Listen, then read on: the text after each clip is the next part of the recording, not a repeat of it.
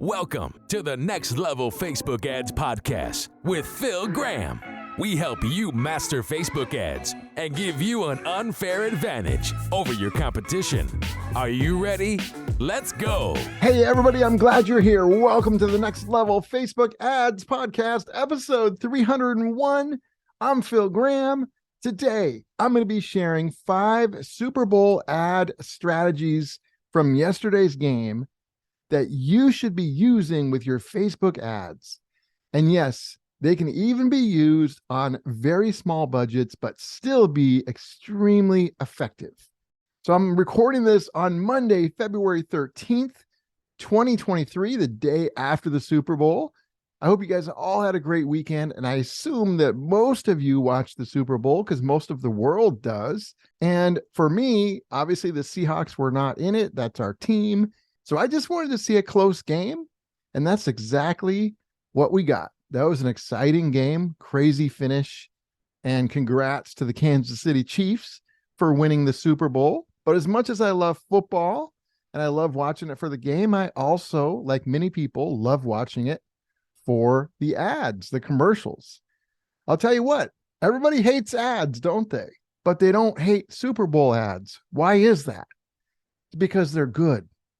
At least some of them. They're not all good, but certainly some of these ads are pretty good. And if all ads were like that, things would be amazing for the advertisers. But when people run spammy, crappy ads, they wonder why they don't work. Well, that's why. So when I'm watching it, I'm identifying different strategies. I do this every single year. Today, I'm going to share these 5 things that I saw being used effectively in Super Bowl commercials yesterday. And again, like I said earlier, these can be done without a large budget. This is not only what you can be doing, but what you should be doing if you want to have really successful ads. And this can actually help set you apart from all the noise and all the craziness that's out there. So I'm super excited to share these things with you guys today. And if you want to get in touch, if you're looking for some one-on-one coaching, which is a million times better than courses and trying to figure it all out on your own, wasting time and money. So whether you want one-on-one coaching or you actually want a pro to run your ads for you, for either one of those things, you can go to my website, philgrahamdigital.com.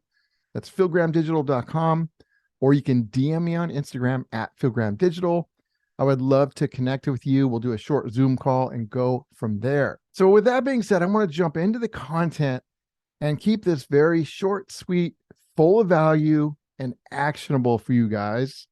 I'm going to share what my favorite commercial was, and then I'm going to share the different strategies I saw being used that can be very effective that you can use too, and what commercials were using them and how you can kind of use that yourself. And by the way, I would love to hear what your favorite Super Bowl commercial was.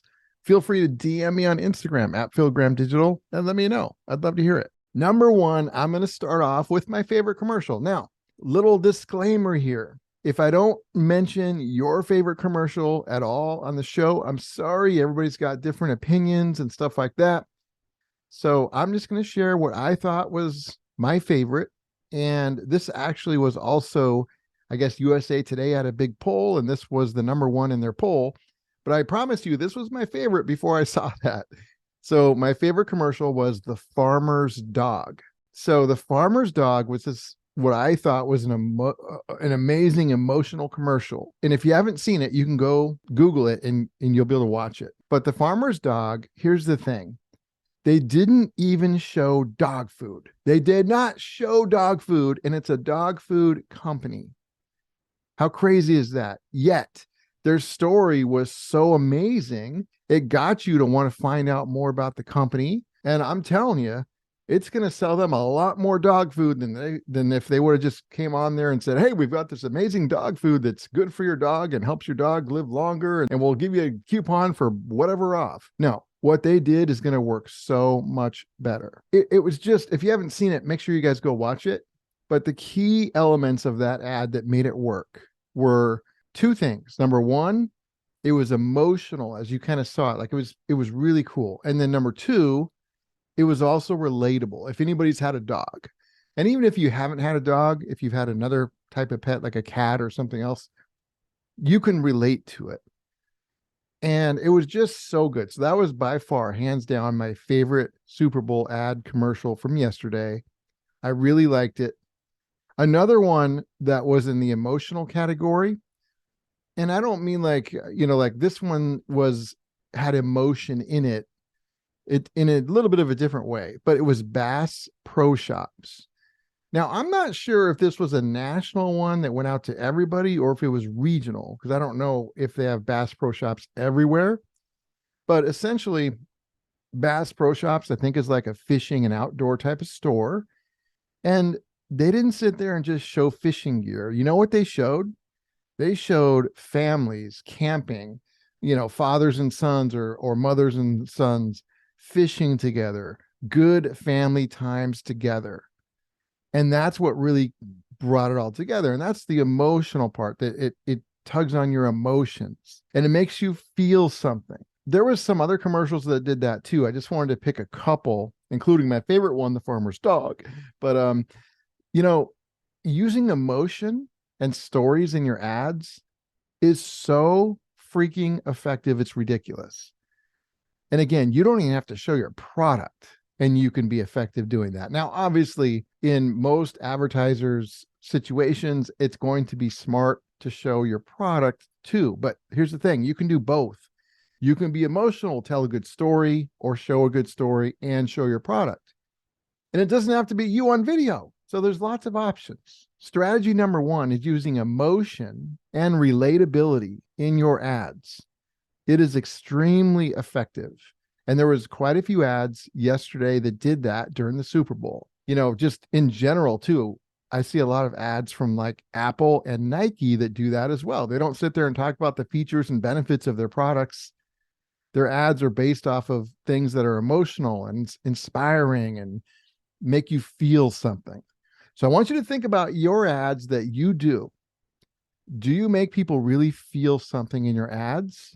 Or are you just putting a bunch of stuff out there, throwing it against the wall to see what sticks? Or using some stupid template because somebody said to do it? Or are you putting emotion out there and telling great stories and really connecting with your ideal audience? Because if you're not doing that, you're losing so much opportunity. And again, it doesn't have to cost tons of money to do this. You can do this on a very low ad budget and be very effective. So make sure you guys are using emotion in your ads because it is insanely powerful.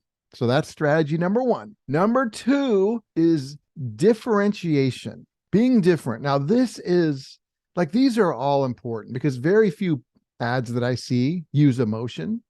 And again, let me be clear. Sometimes people will think, well, Super Bowl ads, they were $7 million for every 30 seconds. These are, multi-billion-dollar companies doing these ads. They can do whatever they want and they don't have to worry about it. That doesn't change the fact that taking some of what they do and using it in your ads can help you sell more than if you don't.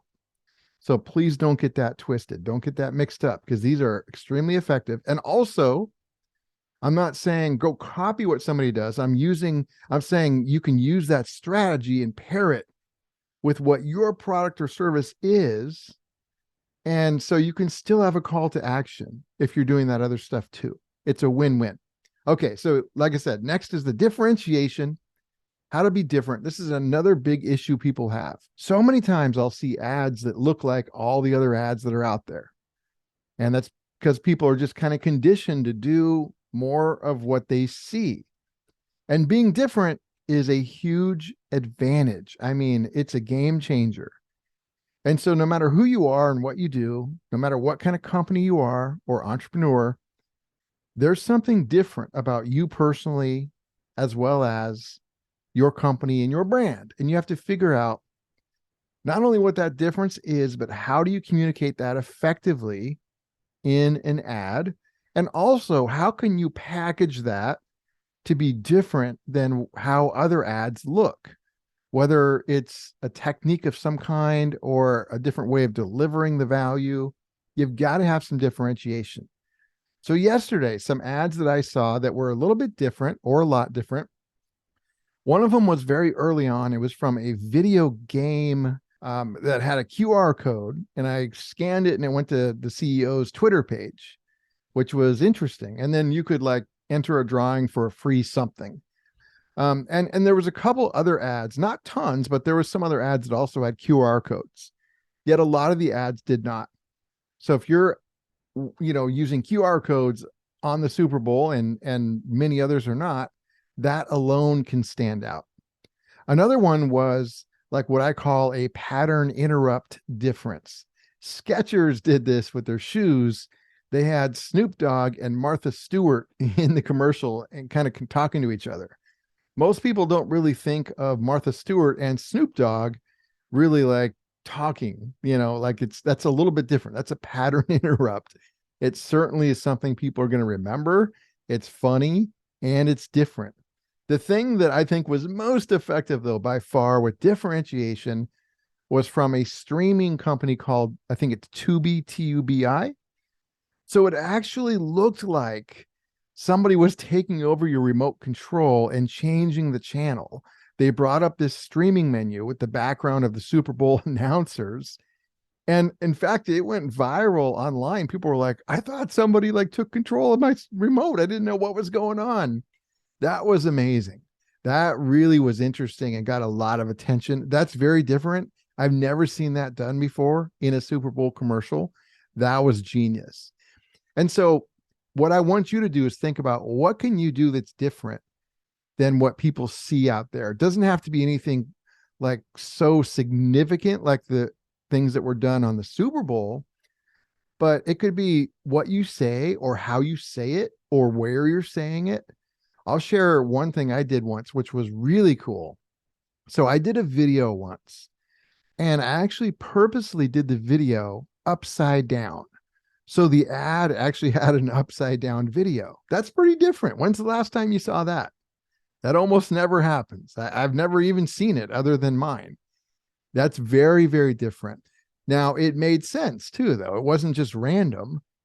If you watched the video, I talked about how a lot of people have an upside down way of looking at things when they're marketing and advertising and how it leads them down the wrong path. And so I bridged it. I made it all make sense. Whether it's something crazy like that was pretty crazy, or something can be somewhat subtle, but still something that you say or something that you're wearing or a prop that you have, just look for a way to be different that'll help you stand out, and that will serve you so well. And again, it doesn't cost extra money to do this. These strategies can be done on large budgets or small budgets. So that's the exciting part. Okay, number 3 is humor. Okay, humor is definitely an effective ad strategy. I saw that with quite a few commercials. Like there's too many to list. I'll list a couple ones that I remember that were funny. One of the funniest ones I thought was from Ram Rev, which is like, I think, Dodge EV trucks.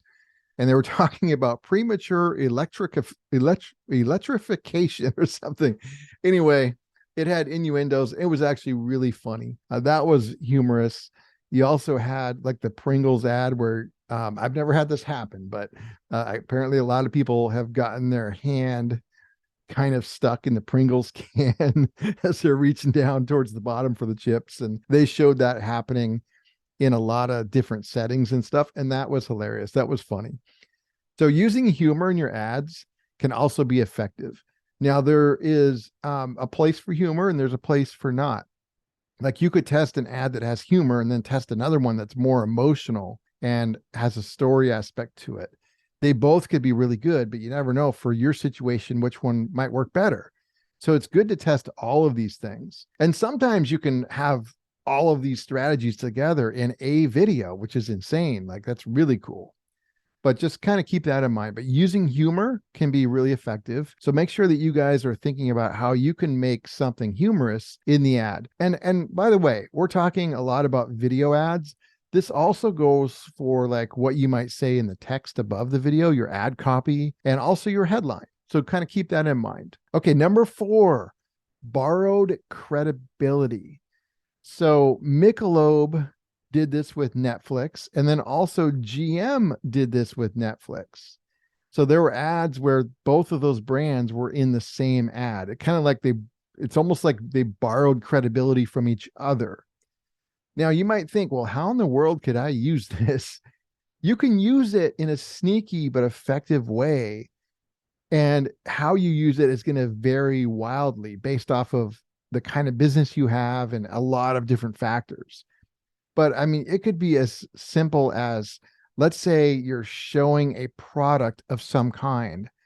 You could be an accountant or something, and you could show a new iPad Pro and how you're using it. And just the fact that you've got an iPad, an Apple product in your video is just implied almost like borrowed credibility in a way. That's just like a really slight way to use it. There's different ways you can go about using it. Sometimes like referencing what a current or past brand or celebrity has said and maybe giving your take on it could be similar. You don't want to trick people or pretend with anything. So you got to be careful with this one. But if you're creative, you can look for ways to use borrowed credibility. And it's really, really effective. Again, Netflix did this with GM and with Michelob in different commercials yesterday. And I thought that was cool.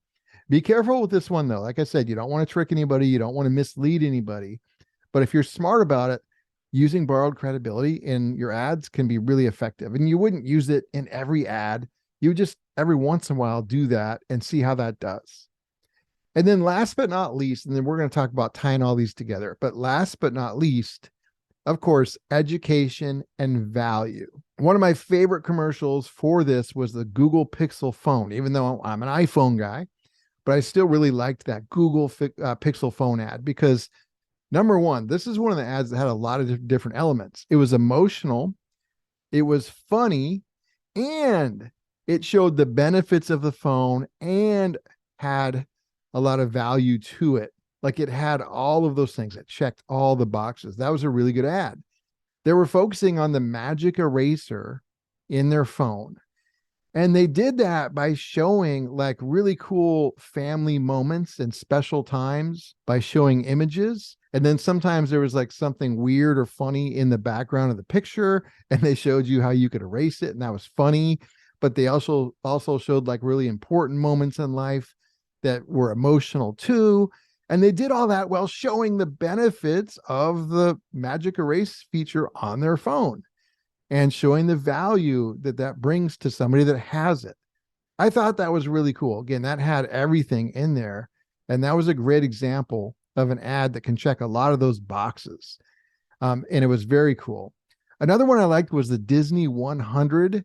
It was pretty inspirational. And I really thought that that was a good type of ad to inspire people. Inspiration is a form of value. It doesn't always have to be education, although it had some of that too. Just remember, value could be education, it could be entertaining, it could be inspiring, it could be any one of those things or all of them. And they can all be effective. And then the last, or actually two more ads that kind of did this too, is one ad was by hegetsus.com. This was actually very interesting because most of the ad was showing kind of all the craziness that's gone on in the past couple of years, politically, with the pandemic also, and just a lot of people kind of hating each other, which is really sad. And I hope things get better when it comes to that. But I'm watching this and I'm thinking, what is this for? You know, is this like a political ad? What is it? And then at the end, it said, I think it said, Jesus loved the people we hate. He gets all of us. Love your enemies. To me, that was really interesting. That was like a pattern interrupt. To me, it was somewhat educational. It made you think. And it was just very interesting. And it really had that thing in at the end that I wasn't expecting, which was surprise. So also you could add surprise as another cool strategy for these types of ads. And then the last one under education and value is the Amazon ad about the family that got the dog right before the pandemic. And then they showed the dog with them during the pandemic. And then as they started phasing out of it, and the dog started kind of getting lonely as they went back to work. And it was actually hilarious. The dog started like being crazy, tearing things up and stuff like that towards the end because he missed them. And they ended up at the end getting a new dog and buying a dog crate from Amazon. The thing I really liked about that was, to me, there was education and value in that. Like, they didn't just show, hey, we sell dog crates and a million other things. Like, they told the story in an interesting way that I think most people would relate to in some way. Everybody's kind of gone through different things during the pandemic. And it was just interesting how they did all that. And at the end, the punchline was a new dog coming out of the kennel that they ordered from Amazon. So whether you have a e-commerce company or whether you're selling courses or digital product or you're a local business, like you can always find ways to do this. And so in that ad, I think just telling the story and showing it so effectively did provide a lot of value. They weren't just pitching their products. And I thought that was really good. Okay, so to kind of tie all this together, a couple things. Number one, when it comes to like video production, I noticed a lot of fast moving shots in general, just with most commercials. Not a lot of like, you don't see the same thing on the screen for a long time. Fast moving shots, good pops of color. And when you tie it all together, it was not product focused, was it? It was focused more on emotions, feelings, humor, differentiation, and all the things we've been talking about, which is so important and effective. In a nutshell, what it wasn't about them. It wasn't about the company or the brand. They weren't sitting there saying, here's how great we are and why you should buy from us. Or they weren't saying, buy this. We have the best prices. Or here's our products and services. It wasn't any of that. What it was, emotions, feelings, inspiration, education, value, humor, entertainment, and more. And those types of things can actually get you to want to do business with them and buy their products more than if they just tried to sell you and show features and benefits of their products without any of that other stuff. And so if you guys can realize, as regular advertisers and businesses and brands, who most of you won't have a big Super Bowl budget, you could have a tiny budget. This stuff can work just as good, even better, with a small budget when you can effectively use it on places like Facebook and Instagram and Google and YouTube, etc. So remember this stuff because it is so effective and so powerful, and hardly anybody uses it. If you do, it could change your life. It's amazing. Remember to use emotion and story in all of your ads. Remember to really effectively use differentiation and make it look and feel different in some way. Use humor. In some of your ads, use some borrowed credibility. And of course, always aim for value, some kind of value, as well as, when it's appropriate, education. And make sure that it's focused on your audience and how you can help them and why. And when you do those things, you'll have much better ads than most others. And that can really, like I said, change your life. So my friends, make sure you guys are testing these things out and using these strategies, because they're not just for Super Bowl ads. They're for everybody who wants to advertise the right way, especially in 2023 and beyond. So episode 301 is in the books. That was a fun one. You guys, I appreciate you being here. Again, if you want to get in touch, philgrahamdigital.com is the website, or you can DM me on Instagram at philgrahamdigital. I would love to connect with you, and I'll talk to you on next week's episode. Peace out. Thanks for listening to the Next Level Facebook Ads Podcast. Please remember to subscribe and share this with all your friends. For show notes, more tips, and to learn more about Phil, please visit philgrahamdigital.com/podcast.